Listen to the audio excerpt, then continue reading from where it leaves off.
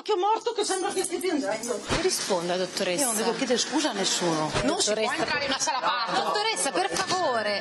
Loro sono le due ginecologhe che 10 anni fa hanno fatto nascere Eleonora, che fino al momento del parto era sanissima. E neanche mi accorgevo di essere incinta, non ho avuto mai problemi. E quindi tu sei arrivata al giorno del parto? Alla 39esima settimana, serena, che andava tutto bene. Ho fatto 2 morfologiche e mi hanno detto persino che era una bambina perfetta, sarebbe stata una bambina bellissima. Insomma, tutto filava liscio, ma purtroppo durante il parto la dottoressa Di Bello e la dottoressa Cisotto hanno commesso non uno, ma una serie di errori che hanno lasciato danni irreversibili su Eleonora. Oggi, oltre ad essere ipovedente, ha gravi danni all'udito e ha un'invalidità del 100%. Dopo 10 anni di lotte in tribunale, un giudice ha condannato ginecologhe, ospedale e assicurazioni a pagare più di 5 milioni di euro di risarcimento. Ma ad oggi non solo nessuno ha pagato, ma sembra che nessuno abbia intenzione di pagare. E tra l'altro le ginecologhe hanno una condanna anche in sede penale e non sono finite in carcere solo perché il reato oggi è prescritto. E la famiglia che ha dovuto portarsi sulle spalle questa tragedia oggi non ha più soldi per andare avanti perché le spese per Eleonora sono enormi. Per starle dietro hanno perso il lavoro. Uno è tornato a casa. E così, senza tener conto delle indicazioni del ginecologo che l'aveva seguita, dopo 12 ore di travaglio verso le 20:30 la portano nella sala preparto dove provavano a far nascere la bambina. Tu chiedevi ai ginecologi cosa facevano? Loro dicevano che la bambina era ben incanalata, si poteva procedere con un parto naturale e il nostro lavoro lasciaci fare il nostro lavoro. Quando ho visto che hanno incominciato a fare queste manovre di spingere sull'addome di Benedetta col braccio, i piedi non toccavano nemmeno per terra talmente che spingevano, ho detto ma cosa state facendo? La ginecologa, non capendo che la bambina è bloccata perché è in una posizione sbagliata, incomincia a fare la cosiddetta mossa di Christeller, cioè spinge sull'addome della mamma per far uscire il feto che ovviamente, proprio perché è in posizione sbagliata, non può uscire. Ma questo la ginecologa non lo capisce e continua a spingere. Ma c'è anche un altro errore molto grave. Il tracciato cardiotocografico che serve a monitorare le contrazioni e la salute del feto segnala un'evidente sofferenza, per cui secondo le linee guida va fatto immediatamente un cesareo, ma la ginecologa preferisce staccare la macchina e per circa un'ora continua con le mosse di Christeller, spingendo sull'addome della mamma. Mi è stato detto che se l'avessero rispinte su e fatte cesareo, le avrebbero danneggiate. Questo mi è stato detto dalla dottoressa Cristina Di Bello. Ricordiamolo, le linee guida non dicono assolutamente questo. Dopo 3 ore dall'inizio del travaglio arriva la seconda ginecologa. Non fa una visita, quindi non capisce che la bambina non potrà mai uscire perché è posizionata male e incomincia a spingere sulla pancia. Nel frattempo viene rimesso il tracciato cardiotocografico che non segna più solo sofferenza per il feto, ma gravi problemi di asfissia. Ma niente, dopo aver praticato anche lei la mossa di Christeller, prende non una ma 2 ventose e mentre le colleghe spingono, tira la testa della bimba. Io ho detto ma cosa state facendo con la ventosa? Che è stato programmato un cesareo. Mi ha detto lei è pregato di uscire,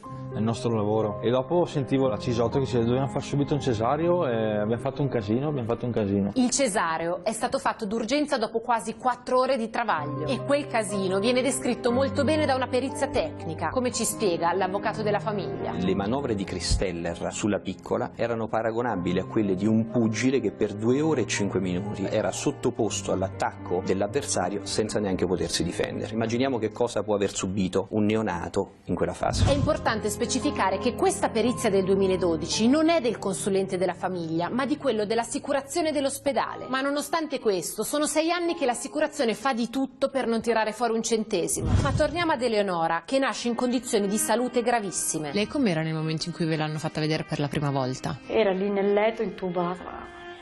Stata male da morire. Quando l'ho vista, chiaramente. Era in terapia intensiva, scura, piena di aghi e questa è un'immagine sua. Ed era rossa. Cioè che è nata cianotica, avendo sofferto per 4 ore di mancanza d'ossigeno. Hanno fatto la risonanza cerebrale, le hanno visto una massa di sangue nella testa e tutto il resto di quello che le hanno combinato durante il parto. Cranica. Una creppa qua dietro sull'osso occipitale e il tumore da parto. Cosa vuol dire tumore da parto? Si era formata una macchia marrone, perché tirando con le 2 ventose la testa si era leggermente allungata a forma di pera. Era tutta scura qua sopra. Ve ne siete accorti subito voi? Che avesse delle anomalie, sì, anche perché c'era come 1 centimetro di pelle molle tra la gabbia cranica e la cute. E questo era dipeso appunto perché con le mosse di Christeller, con le ventose le hanno schiacciato la testolina, creandole poi il danno che lei ha. Tutto questo oggi è chiaro perché ci sono stati 2 processi e numerose perizie. Ma nei giorni dopo la nascita non era così. Il pediatra mi viene a dire io signora sono andata a visto la bimba, una bellissima bambina, e preghiamo perché ce la faccia. Lo guardo e dico ma cosa sta dicendo? Cosa ha detto? Preghiamo speriamo perché sopravviva. E poi mi fa, e se sopravviverà questa creatura rimarrà una vegetale. Anche mi è caduto il mondo addosso. E gli ho chiesto, ma il danno che ha subito Eleonora, la cosa di peso è caduta per terra? Mi fa, no, assolutamente, qua hanno fatto un casino in sala parto. Mi si è sconvolta la vita. Com'è stato il primo momento in cui vi siete visti dopo aver saputo? Abbiamo pianto? Sì. Abbiamo pianto? Insieme. Siete belli forti, eh? Paola, un attimo. Pausa, se volete ci beviamo tutti un bicchiere d'acqua. Vabbè, non è facile, sai.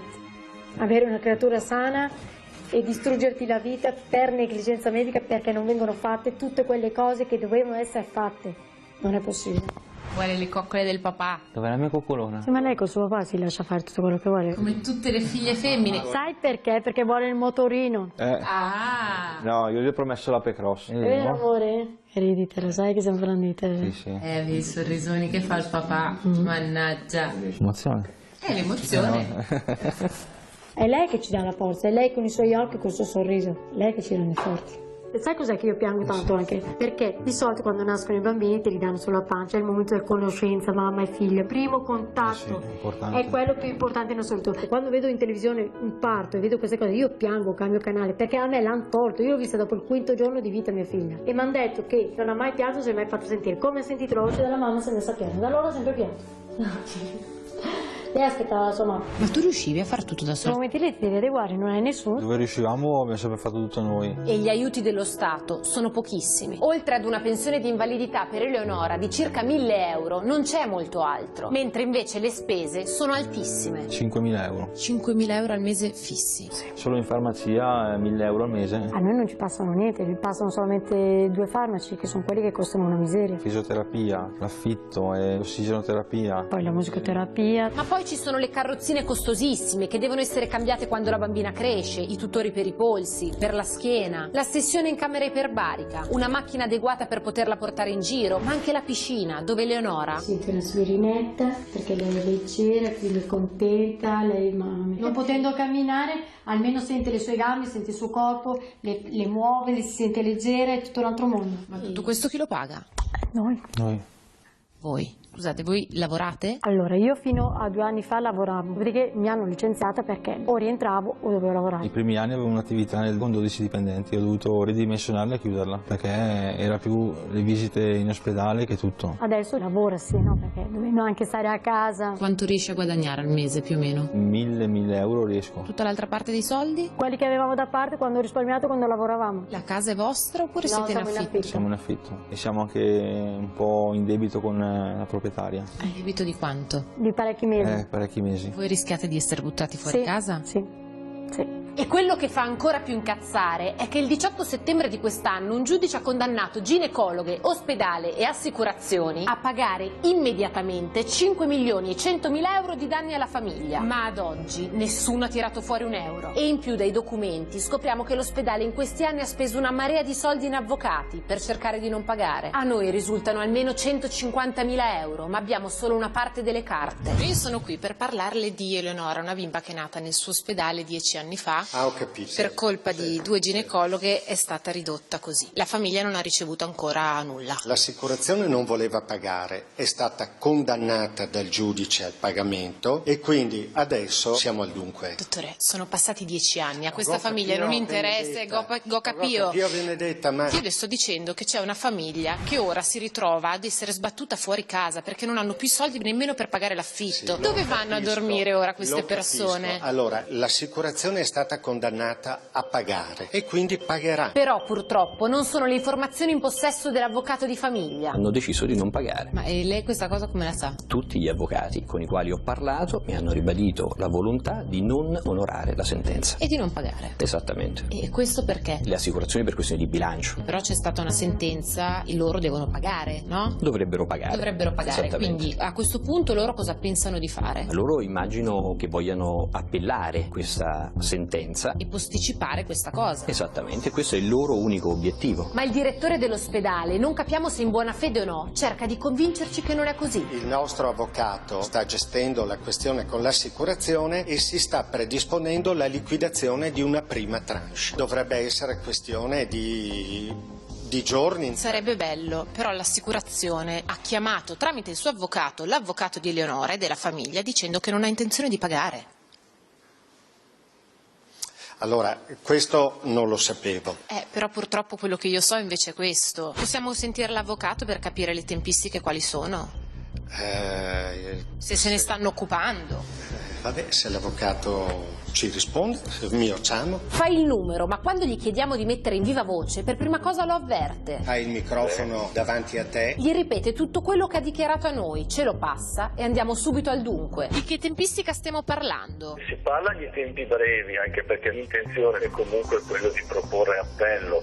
Cosa ha detto? È di proporre comunque appello. Avete capito? Da una parte ci dice che i tempi saranno brevi e dall'altra ci confessa che proporranno appello, per cui si tornerà in tribunale e quindi... I tempi sono i tempi della giustizia italiana, quindi possono essere anche 5 anni. Non stiamo parlando di tempi brevi, mi scusi, Dipende lei cosa intende per tempi brevi. Il termine per l'appello decorre dalla notifica della stessa. Quindi voi volete andare in appello? Noi andiamo sicuramente in appello. Ma quindi voi non volete pagare? Il fatto di proporre appello non esclude di per sé la possibilità di anticipare delle somme. Ok, io scommetto con lei in questo momento un anno del suo stipendio che voi proponete la sospensiva del pagamento in appello. Detto in parole povere, stiamo scommettendo che non solo non pagheranno i soldi che il giudice gli ha imposto di pagare immediatamente, visto le condizioni della famiglia, ma ricorrendo in appello chiederanno di non tirare fuori un euro fino alla fine del processo. Altro che tempi brevi. È una delle ipotesi, se non assolutamente probabile, assolutamente verosimile, che faremo una richiesta di sospensiva dell'esecuzione della sentenza. Ma mi scusi, ma mi sta prendendo in giro quando mi dice che voi pagherete presto se poi proponete una sospensiva? No, l'azienda ha tutto il diritto di difendersi nelle sedi giudiziarie. Cioè, qui non stiamo parlando di soldi che servono alla madre e al padre per andare a fare una vacanza, mi capisce, no? Cioè, servono per curare questa bimba. Io ho visto una bambina che è nata con i problemi di Eleonora, che da quando ha iniziato a fare queste terapie in America riesce a star seduta da sola. Potrebbe anche incominciare più a parlare, a essere più indipendente, farsi capire. Sono tanti miglioramenti. A controllare meglio il capo. Ovviamente servono soldi per questo. Sì. Come servono soldi, 85.000 euro per la ricostruzione dell'anca di Eleonora, che oggi non possono fare. Conosco perfettamente la situazione. Però poi propone l'appello. Ma certo. Altri 5 anni, avvocato. Posticipiamo. La proposizione dell'appello è l'esercizio di un diritto. Va bene. Avvocato, la ringrazio. Un'ultima cosa. Lei è sereno sapendo che una ginecologa di queste due lavora ancora all'interno del suo ospedale? Lei sa che in medicina non esiste il rischio zero, vero? Questo mi pare chiaro. Quindi lei sarebbe sereno facendo partorire sua figlia con questa ginecologa? Allora, non è questione di serenità o meno, è Mi risponda a questione questa di domanda. professionalità. Ecco, no, mi risponda a questa domanda. Lei sarebbe sereno? Sì.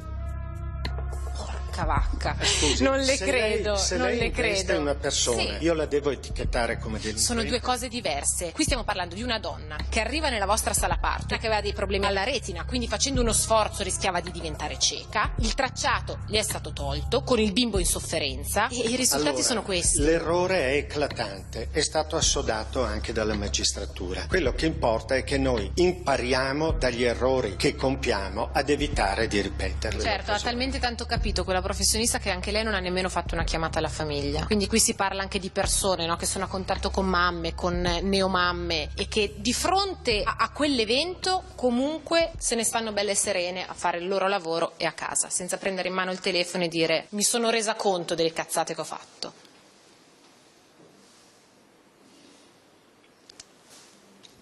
Signora, ognuno interpreta il proprio ruolo come ritiene più opportuno. Ma torniamo al punto più importante. Quando daranno i soldi alla famiglia? Il nostro obiettivo è quello di far sì che l'assicurazione nel giro di 15 giorni, 3 settimane, arrivi a erogare una prima tranche. Benissimo, quindi se non paga l'assicurazione pagherete voi. Le rispondo fra 21 giorni avendo qualche informazione in più. Ma qualche informazione in più purtroppo ce l'abbiamo noi. Il giorno stesso in cui siamo andati a trovarlo, il dottor Campostella Stella firma questa delibera, in cui stanzia la bellezza di 55.000 euro da dare all'avvocato perché ricorre in appello. E qui ci cadono le braccia. Può essere che per qualche astruso meccanismo burocratico il direttore debba ricorrere in appello, ma che senso ha spendere altri 55.000 euro di soldi pubblici quando sa anche lui che sono in torto marcio? L'errore è eclatante, è stato assodato anche dalla magistratura. Non avrebbe senso incominciare a darli alla famiglia, che ne ha bisogno come il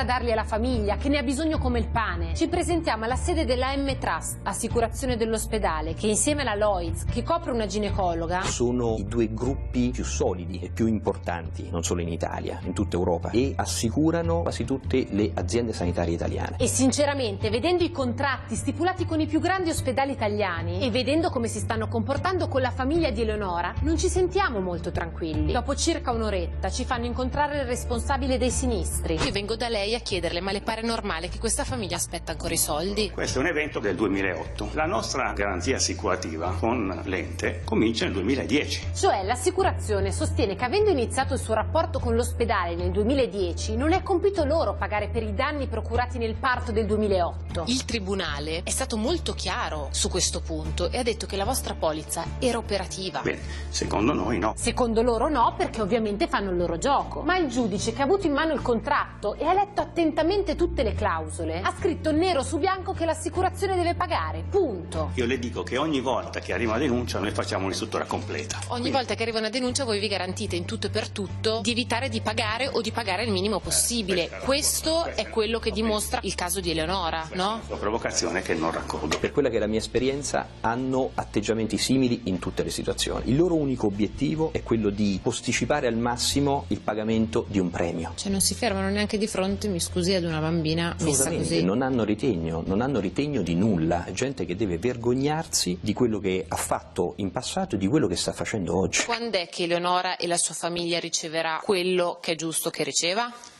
Allora, in appello sicuramente ricorreremo. Quando arriveranno i soldi alla famiglia? Noi oggi mettiamo a disposizione l'importo di tot, Ovvero? è nettamente superiore a 3 milioni. Comunque non 5 milioni. Non 5 milioni e facciamo appello per la differenza. Nel frattempo si sono aggiunti una serie di manager a controllare l'incontro. Qua arriva una squadra. Ma torniamo al punto. Quando? Anche domani. Domani? Domani io non posso andare a fare un assegno alla signora, non so se questo mi spiega. L'avvocato vostro ha chiamato l'avvocato della famiglia dicendo che voi non avete intenzione di pagare nulla. Non è possibile che abbia detto questo. I due gruppi assicurativi hanno deciso di non pagare. Tutti gli avvocati con i quali ho parlato mi hanno ribadito la volontà di non onorare la sentenza. E infatti, quando continuiamo ad insistere per farci dare una data, la musica cambia. Cercherò di pagare nei brevissimi tempi. Se non sarà possibile spiegherò il perché non sarà stato possibile. Spero che sia possibile, ma siamo 5 parti coinvolte. Tanto voi iniziate a fare il vostro. Io non posso andare lunedì dall'avvocato della bambina e dire ecco qui la serie. Non posso farlo. In 2 mesi cosa poteva fare che invece non ha fatto? Quello che ho fatto. Avete fatto tutto tranne che pagare, punto. Abbiamo fatto quello che è giusto fare in questi casi. Guardi, io mi auguro che non mi succeda mai nulla in uno degli ospedali assicurati da voi, se devo essere sincera. Sa il messaggio che passa qual è? Che chi va negli ospedali assicurati da voi, in caso dovesse succedere qualcosa, l'ospedale e quindi poi l'assicurazione se ne lavano le mani. Questo è il messaggio che passa. Se lei traduce così... No, non è una traduzione. Questo qui è un caso particolare perché qui c'è il problema. Qui è un caso particolare perché si tratta di tanti soldi. Io le faccio i miei più grandi complimenti. Ma anch'io perché ha studiato bene la faccenda. Buongiorno, piacere, sono Veronica delle Iene. Io sono qui per parlare con lei di Eleonora. Ma come mai, dottoressa, non avete fatto immediatamente il cesareo? Perché non c'era la possibilità di farlo, perché di notte a Rovigo il personale di sala operatoria è a domicilio a casa sua. Dopo tantissime ore di sofferenza, la bimba è nata con un cesareo d'urgenza.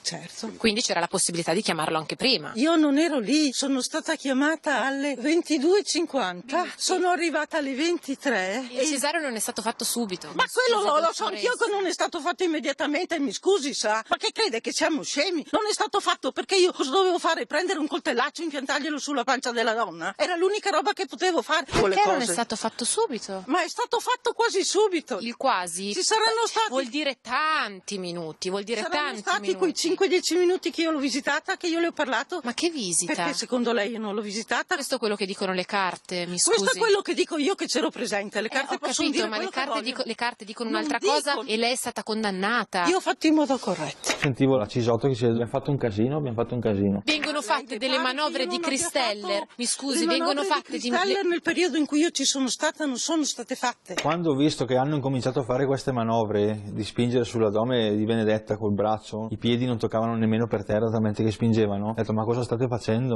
Come no? Lei le ha fatte. Io non ho fatto niente. Lei io non ha ho fatto manovre di Christeller. Peccato che quando i carabinieri chiedono all'infermiera che era presente quali azioni ha compiuto la dottoressa Cisotto quando è arrivata, la risposta è inequivocabile. Si è subito prodigata ad effettuare le manovre di Christeller, dopodiché ha visto che la bambina non nasceva e ha tentato con la ventosa. Non c'ero quando ho fatto le Christeller. Vabbè, lasciamo perdere questo punto. Ma se almeno l'avesse visitata, avrebbe capito subito che la bambina aveva una posizione sbagliata e che bisognava fare immediatamente il cesareo. E invece, tra il suo arrivo e il parto, passa quasi un'ora. E chi è che ha sbagliato allora? Nessuno ha sbagliato lì. Nessuno ha sbagliato. Eppure Eleonora ha un'invalidità del 100% e per la giustizia italiana le responsabili sono le 2 ginecologhe che non sono finite in carcere solo perché oggi il reato è prescritto. Dottoressa, lei ha mai fatto una chiamata alla famiglia per capire, non so, per stare vicino a questa madre, a questo padre, per chiedere scusa?